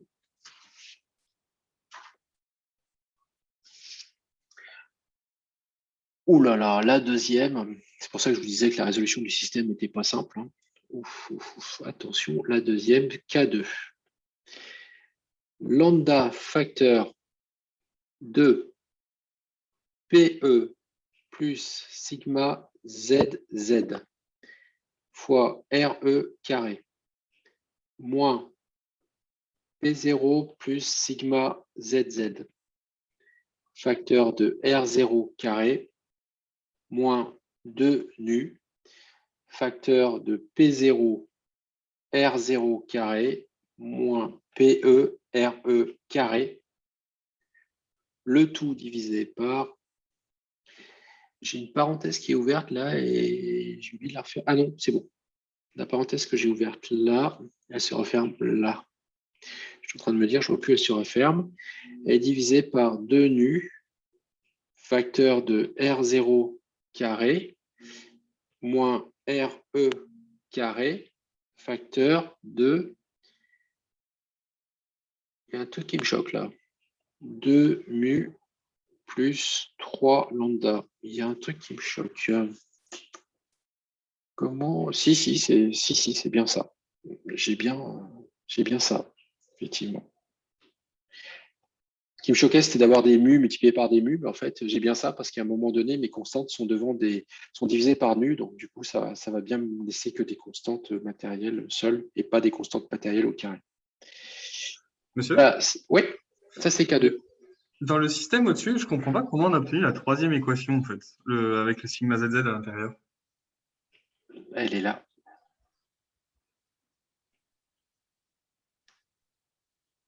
Dans le système encore au-dessus? Enfin... Non, là, attends, pardon. Elle est là. Tu vois là où je fais une petite marque? Oui. Elle est là. Parce que là, en fait, pour obtenir les équations, on a bien fait, on a fait sigma scalaire ER. Non, attends. Pas celle-là. Celle-là, regarde, c'est celle que je viens de noter là. C'est exactement celle-là. C'est la même, j'ai rien fait. Ah oui, d'accord, vous n'avez pas changé. Ok, d'accord. J'ai rien changé. C'est la même, hein, c'est la même. Donc celle-là, elle n'est pas obtenue par l'équilibre de la surface. Ok, d'accord. C'est parce que en fait, je ne connais pas sigma ZZ. Donc je suis obligé de supposer qu'il est connu. Et du coup, ma résolution, alors là, si tu commences à le voir parce que le K2, tu vois que j'ai sigma ZZ en fait, qui est dedans. Oui. J'ai supposé qu'il était connu, mais en réalité, je ne le connais pas pour l'instant. Il est là. Alors, le K1, par contre, il ne dépend pas de sigma ZZ. Donc, pour l'instant, tout va bien. Mais tu vois que j'ai fait un petit truc un peu bizarre, c'est que je suppose que sigma ZZ est connu. Et après, c'est pour avoir un cadre général. Et une fois que j'aurai ce cadre général, je pourrais étudier des solutions particulières. C'est-à-dire, qu'est-ce qui se passe si je suis en contrainte plane? C'est-à-dire, sigma ZZ égale à 0. Qu'est-ce qui va se passer? Tu vois? Voilà, c'est ça l'idée. D'accord, ok. Merci. Monsieur, Oui? je n'ai pas compris en fait pourquoi on n'a pas pu utiliser sigma θ θ. C'est pas qu'on n'a pas pu, c'est qu'il ne nous sert à rien. C'est pas qu'on n'a pas pu, hein. C'est qu'il ne nous sert à rien parce que nous n'avons pas de conditions limites qui font intervenir sigma θ θ. Ah, d'accord. C'est tout. C'est pas qu'il sert à rien, hein. Il faudra bien le déterminer à un moment donné. Mais là, il ne me sert pas à déterminer mes constantes parce que je n'ai pas de conditions limites associées. Ça va? Ouais, ça va. Alors, dans K3, est-ce qu'il a à peu près la même tête? Non, je vais laisser tomber, il n'a même pas la même tête. Donc, lambda, facteur de moins PE, moins sigma ZZ, RE carré. Alors, ce n'était pas l'exercice de DS, hein, ça, parce qu'il était beaucoup trop calculatoire et très honnêtement, là, pour la résolution de ce système-là, dont je suis en train de vous donner les solutions, moi, je l'ai fait avec un logiciel de calcul formel, hein. Je ne l'ai pas fait à la main parce que c'était trop long à calculer.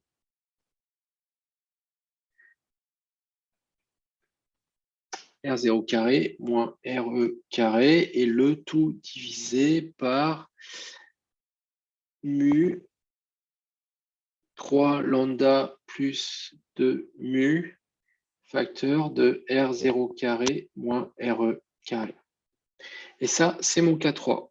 Donc, encore une fois, le K3 que je trouve, eh bien, j'ai sigma ZZ qui intervient dedans, 3 fois. Monsieur, Oui, je t'écoute. dans l'expression de K3, je crois qu'il y a une parenthèse qui n'est pas fermée au numérateur. Alors, attends, ouais, c'est fort possible. Bouge pas.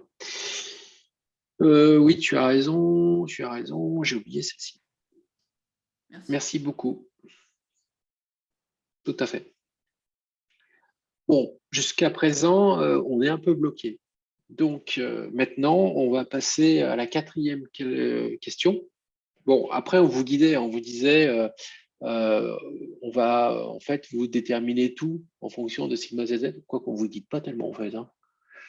À l'aide des conditions limites sur les paramètres déterminés, des constantes intervenant là. Ouais, en fait, on ne vous guide pas des masses. Hein. Je pense que dans l'énoncé, ça aurait été bien de dire en supposant sigma ZZ connu, parce que sinon, vous risqueriez de tourner en rond un petit peu longtemps. Hein. Donc, 4e question, bah, justement, comme on l'a supposé connu, maintenant, on va essayer de le calculer. Et c'est là qu'on va faire des hypothèses. Monsieur, Oui, K4, c'est pas nécessaire de l'obtenir. le K4, alors pourquoi est-ce que je ne le vois pas? On en parlera après. Ok. Ouais. Mais si, on va voir qu'en fait, il ne sert à rien, mais on le Mais verra après. c'est la même démarche. Comment? C'est la même démarche ou pas? Non, c'est pas enfin, si, c'est la même démarche, mais sauf que ça ne va pas être une condition limite de Neumann qui va nous donner le K4, ça va être une condition limite de Dirichlet. Ok. Parce que je te rappelle, en fait, K4, c'est K3 fois Z, c'est pour WZ. W de Z, c'est K3 fois Z plus K4. Donc, ça veut dire que la solution qu'on va trouver, comme on n'aura pas déterminé K4, sera à un mouvement de corps solide près suivant Z. C'est ça que ça veut dire. Donc, en fait, K4, on ne déterminera jamais. Mais ce n'est pas très grave. Ça veut simplement dire que si ton cylindre se déplace suivant Z, bah, ça ne change rien dans ce que tu vas calculer. Strictement rien. C'est ce qu'on appelle un mouvement de corps solide suivant Z. On y vient juste après. Donc, 4e, effectivement, on va calculer maintenant sigma ZZ. Première hypothèse possible. Le cylindre est très long.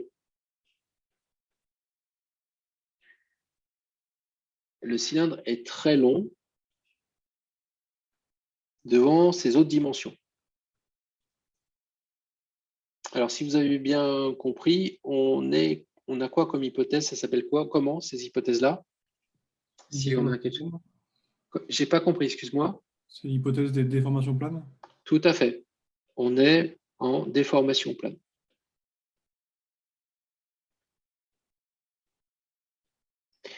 Ça se traduit par le fait que epsilon ZZ égale à 0. Si vous mettez epsilon et ZZ égale à 0, alors il faut reprendre en fait ce que valait epsilon ZZ. Hein. Epsilon ZZ, il est là. Eh bien, ça veut dire que K3 est égal à 0.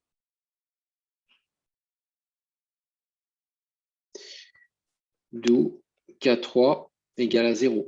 Oui, mais K3, on le connaît. Donc, si on l'égale à 0,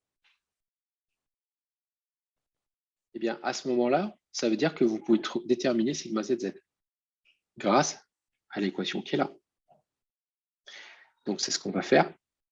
Et donc, ça vous entraîne que sigma ZZ, dans ce cas-là, c'est-à-dire si vous faites l'hypothèse des déformations planes, donc vous êtes en train d'étudier un cylindre pressurisé, mais de très, très grande longueur, c'est-à-dire que, grosso modo, il est de longueur infinie.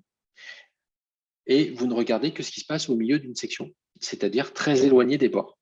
Et vous allez trouver moins lambda, facteur de P0 R0 carré, moins PE RE carré, sur R0 carré, moins RE carré, facteur de lambda plus nu. Voilà. Là, vous déterminez, du coup, la valeur du sigma ZZ en ayant fait cette hypothèse-là. OK. Du coup, une fois que vous avez fait ça, comme sigma ZZ, il intervient dans K2, alors K1, ça sera la même valeur que ce que vous aviez là-haut, donc ça ne change strictement rien. Mais par contre, vous allez pouvoir déterminer K2. Donc, je vais recopier en fait le K1. Le K1, lui, vu qu'il ne dépend pas de sigma ZZ, ça sera toujours le même. Donc, les résultats, on va dire, qui tombent après ce résultat-là, c'est K1 égale ça, mais ça ne change pas. Et puis, vous allez trouver K2 qui va avoir une tête un peu plus sympathique. Il va avoir moins lambda plus 2 nu facteur de P0 R0 carré moins, pardon, PE RE carré. Donc ça, vous allez le trouver en prenant l'équation du dessus, divisé par 2 nu facteur de R0 carré moins RE carré, facteur de 2 nu plus 3 lambda. Et vous allez pouvoir déterminer K3. Et K3 va valoir lambda facteur de P0 R0 carré moins PE RE carré divisé par nu facteur de 3 lambda plus 2 nu facteur de R0 carré moins RE carré. Vous avez entièrement déterminé du coup votre champ de déplacement, parce que je vous rappelle que vous aviez U de R, pardon. Oui. On n'avait pas dit que K3 égale à 0?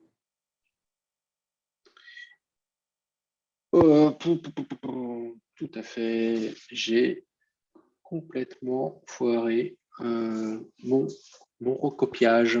Tout est faux. Non, pas tout. Pas tout. J'étais un peu trop loin. Merci beaucoup. Bien sûr. J'étais en train de recopier la mauvaise ligne.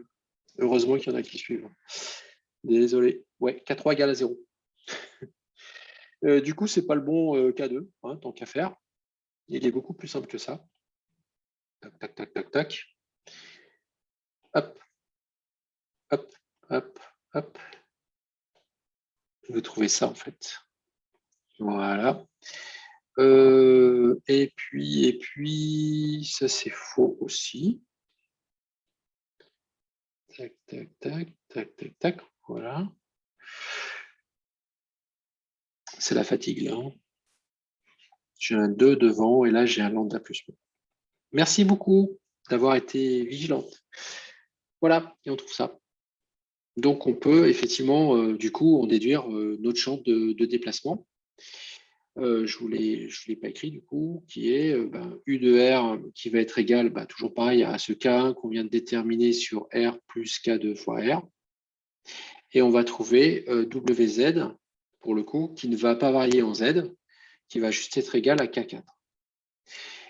Et donc là, on ne déterminera finalement jamais K4, puisque cette solution s'entend à un mouvement de corps solide près. Ce qui est un peu normal, hein, puisque on est parti donc d'une solution qu'on ne connaissait pas en déplacement. On est revenu donc en intégrant tout à ce déplacement, et ce déplacement, du coup, on peut le déterminer qu'à un mouvement de solide près. Quand, par exemple, vous partez d'un tenseur de déformation, que vous vérifiez, il vérifie bien les équations de compatibilité.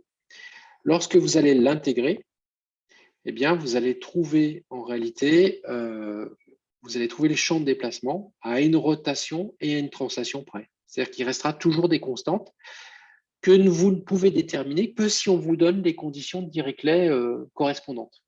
Donc là, alors on pourrait en donner une, hein, tout simplement. Il suffit de dire, par exemple, que sur mon cylindre infini, comme ça, là, imaginons que j'ai pris mon repère au centre de cet infini-là, on décide qu'au centre, là, W de 0 est égal à 0, et ça vous lève en fait la constante. Donc, il faut que vous trouvez K4 égale à 0. Voilà, à titre d'exemple, c'est comme ça que vous allez en fait enlever l'indétermination de la translation de corps solide. C'est simplement en écrivant que W de 0 égale à 0. OK. Ça, c'était l'hypothèse A, donc on était en déformation plane. Donc, vous vous doutez que l'autre hypothèse, ça va être de regarder ce qui se passe quand on est en contrainte plane. Donc, les contraintes planes, c'est un cylindre, c'est l'inverse en fait. Hein. Le cylindre, il est très court suivant EZ par rapport aux autres dimensions.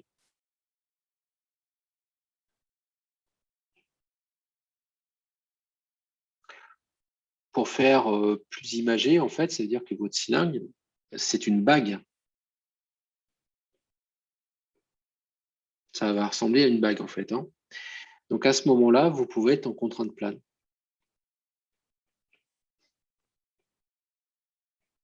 C'est-à-dire que vous avez sigma ZZ égale à 0.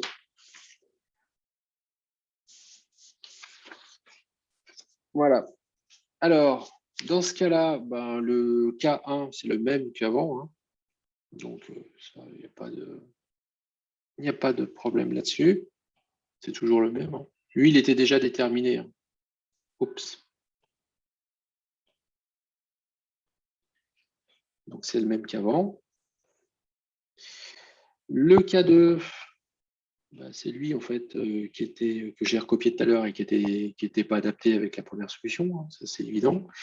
Donc, le K2, ça fait moins lambda plus 2 nu facteur de P0 R0 carré moins PE RE carré divisé par 2 nu facteur de R0 carré moins RE carré facteur de 2 nu plus 3 lambda. Et enfin, le K3, qui cette fois-ci n'est pas nul, c'est lambda facteur de P0 R0 carré moins PE RE carré divisé par nu facteur de 3 lambda plus de nu facteur de R0 carré moins RE carré. Voilà, ça, ce sont donc mes 3 nouvelles constantes. Bien sûr, le champ de déplacement, du coup, est entièrement déterminé.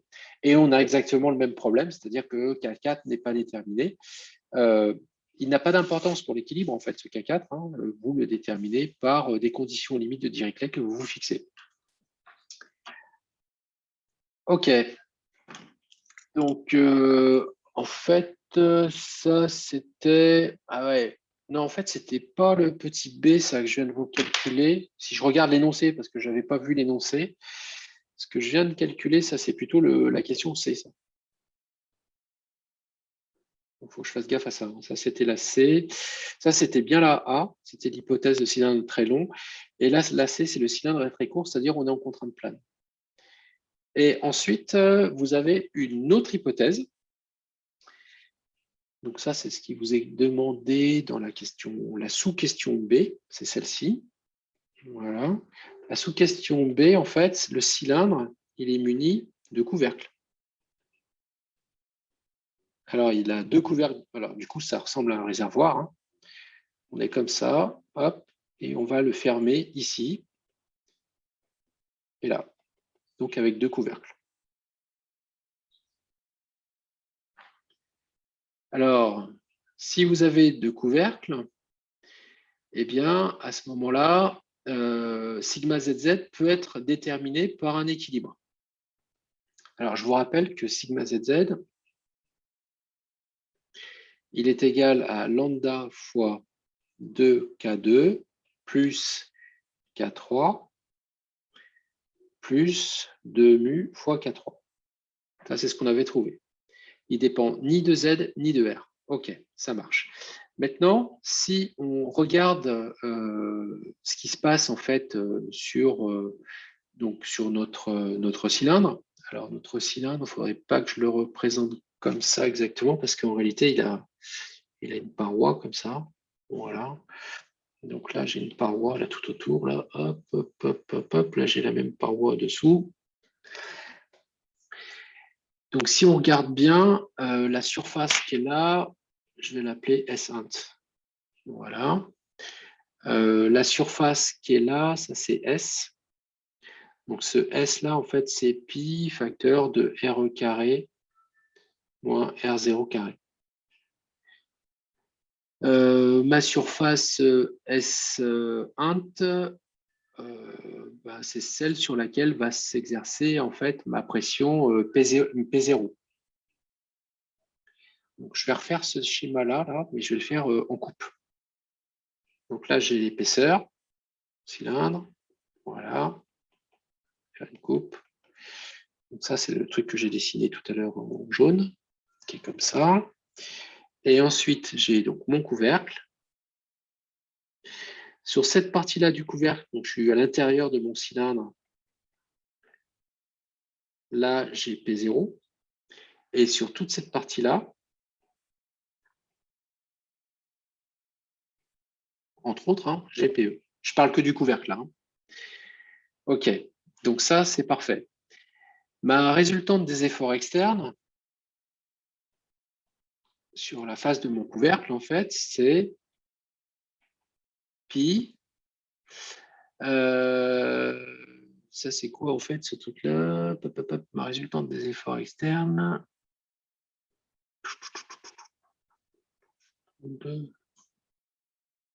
Ma résultante des efforts externes. Oui, pardon. Ma résultante des efforts externes, en fait, sur mon couvercle, si je veux que mon couvercle soit en équilibre, j'ai une partie donc, qui est due à P0 qui va s'exercer sur pi r carré 0.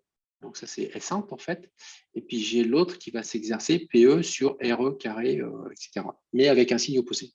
Donc ma résultante des efforts externes, c'est pi facteur de P0 R0 carré moins PE RE carré. En fait, c'est ce que représente mon petit schéma là. Et tout ça, c'est porté par EZ. OK. Donc, ce qui veut dire que si maintenant, je fais une coupure ici, sur mon cylindre, là, parce que normalement, il continue, là, bien sûr, eh bien, vous voyez qu'en fait, la seule chose qui va équilibrer cette résultante des efforts externes, c'est la résultante des efforts internes qui est due à sigma ZZ dans mes deux morceaux, là, où je viens de faire la coupure. Et ce sigma ZZ, qui est là-dedans, à ce niveau-là, eh bien, c'est simplement ma résultante des efforts externes. Bon, j'en mets la norme, hein, parce que voilà. Et ce truc-là, je le divise par S. S qui est représenté donc ici, ce S qui est là, il est représenté ici. Voilà, tout ça, ça c'est S. C'est une couronne en fait, S. Hein. Donc cette couronne, ben, sa surface c'est pi RE carré moins R0 carré. Donc si j'écris tout ça, ça fait pi P0 R0 carré moins PE RE carré divisé par pi, ça c'est RE carré moins R0 carré, ça c'est S. Et si vous faites ça, bah, vous tombez directement sur ce que vaut sigma ZZ. Vous avez le pi qui s'en va, voilà. Donc sigma ZZ, à cause de l'équilibre, il vaut P0 R0 carré moins PE RE carré, divisé par RE carré moins R0 carré. Donc là, c'est une condition aux limites externe, donc qui va me permettre de trouver sigma ZZ. Ça, c'est parce que j'ai des couvercles directement sur sigma ZZ, sur mon cylindre, pardon. Donc là, c'est un petit peu différent. On a une configuration un petit peu autre. On rajoute des couvercles. Alors, tout ça, c'est à prendre avec beaucoup de pincettes parce que en réalité, je fais comme si je ne m'occupais pas de la pression externe sur le cylindre, hein, ni de la pression interne. Donc, je fais un découplage. Je fais un découplage et je regarde simplement sigma ZZ. Et ce sigma ZZ n'est dû qu'à l'équilibre entre les deux pressions P0 et PE sur mes couvercles. Et donc, effectivement, c'est un petit peu une solution un peu bizarre parce que on est un petit peu loin du frettage. Hein. On ne fait jamais ça pour le frettage. Donc là, c'est simplement pour vous montrer ce qui se passerait si vous vouliez faire un calcul avec un réservoir. Ça va vous donner en fait K1. Du coup, c'est une autre valeur de K1 qui vaut moins P0 moins PE facteur de RE carré R0 carré divisé par 2 nu R0 carré moins RE carré. Et enfin, K2 va être égal à PE RE carré moins P0 R0 carré sur 3 lambda plus 2 nu facteur de R0 carré moins RE carré. Et chose assez intéressante dans ce cas particulier, vous avez K3 qui est égal à K2. Voilà, ça c'est le cas avec le couvercle. Je crois que le cas avec le trait court par rapport à son diamètre, ça c'est bon. OK. Alors, le calcul du champ de déplacement, en fait, je l'avais déjà fait sur la question 5.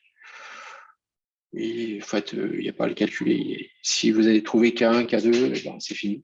Voilà. Calcul du champ de déplacement, ça c'est la question. Ça, c'est la question 5, en fait. Voilà, elle est là. La réponse à la question 5, elle est ici.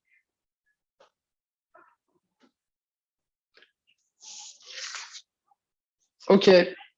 Eh bien, je pense que... Quelle heure il est? 48. Je pense qu'on va s'arrêter là. Il me restera un tout petit bout à faire parce que ensuite, qu'est-ce qu'ils nous disent? Bah, après, on va appliquer ça en fait au problème de frettage. Et on va tenter de retrouver directement ce que vaut enfin, si on retrouve bien la formule de CEDIM.